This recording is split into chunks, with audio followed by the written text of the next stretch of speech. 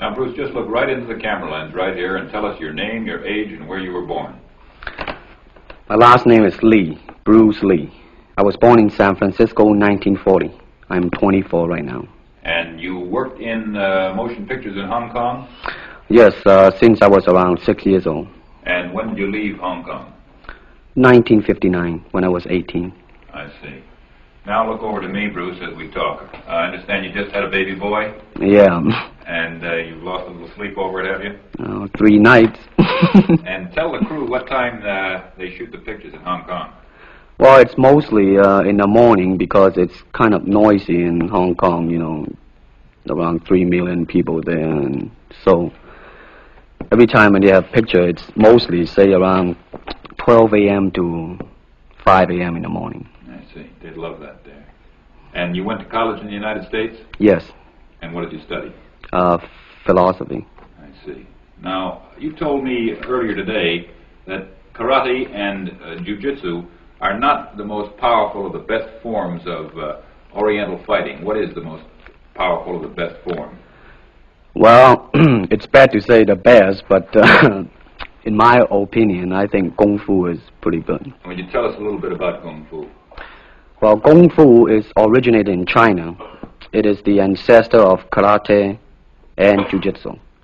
It's more of a complete system, and it's more fluid. By that I mean it's more flowing. There is continuity in movement instead of one movement, two movement, and then stop. Would you look right into the camera lens and explain the principle of the glass of water as it applies to Kung Fu? Well, Kung Fu, the best example would be a glass of water. Why? Because water is the softest substance in the world, but yet it can penetrate the hardest rock or anything, granite, you name it. Water also is insubstantial. By that I mean you cannot grasp hold of it.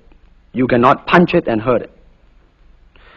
So every Kung Fu man is trying to do that, to be soft like water and flexible and adapt itself to the opponent. I see. What's the difference between a Kung Fu punch and a karate punch? Well, a karate punch is like an iron bar, whang. A Kung Fu punch is like an iron chain with an iron ball attached to the end, and it go whang, and it hurt inside. Okay. Now we're going to cut, and in just a second we'll have you stand up and show us some Kung Fu and some movements in Kung Fu. Okay. Cut. Got it. Okay. Test X2, take 1. Speed. Now look directly into the camera, Bruce. Directly at it. And now give me a 3/4 this way. And hold it. And give me a profile that way, all the way. Good. Hold it. Now come back to a profile on the other side. And hold that. Give me a 3/4 on that side. And then give me right into the camera again. All right. Now the camera will pull back. And Bruce, first show me the movements in the classical Chinese theater. Classical Chinese Well, theater. you know what we talked about in the office. How they walk and how they start to move. Well, in Chinese opera, they have the warrior and then the scholar. The way the warrior walk will be something like this.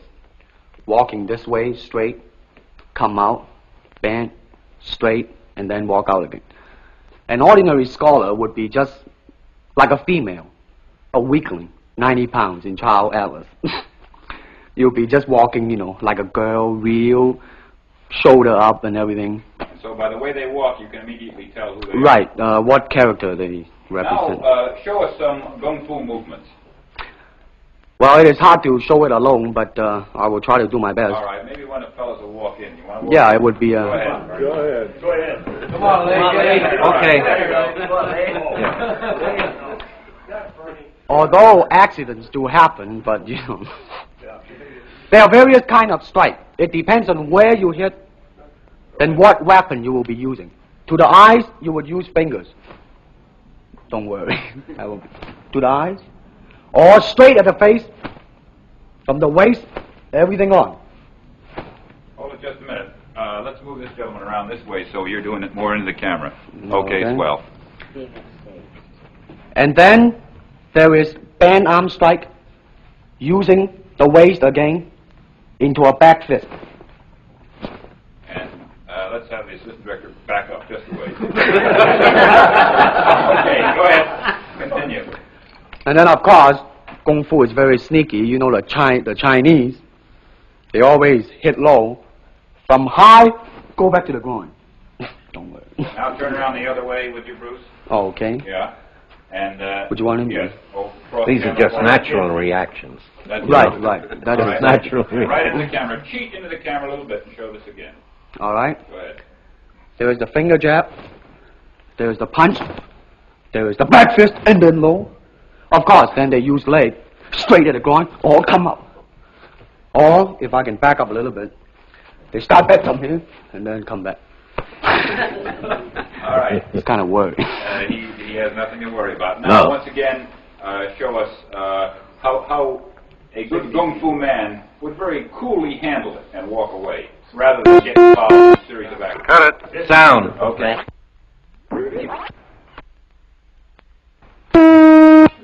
Test X2, take 2.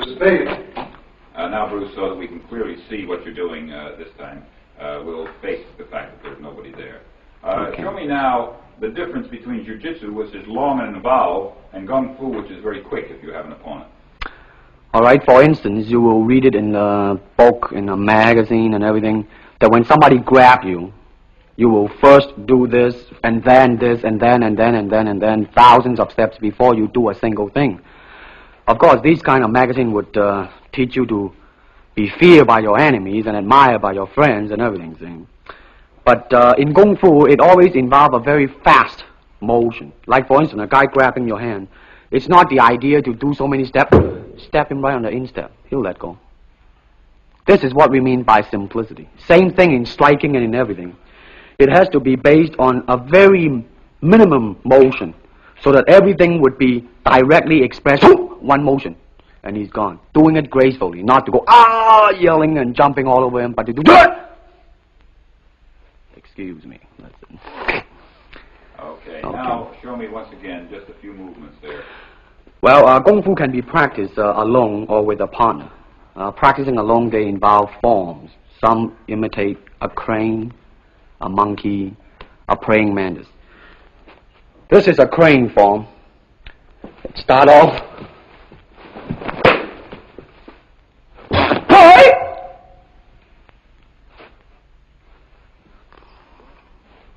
This is one of the movement involved. Show us one more movement, and then we'll be all through. Okay, I'm glad to hear that. They have the tiger that start like a tiger, using claw to claw the face, or the beak of the crane to the eyes move.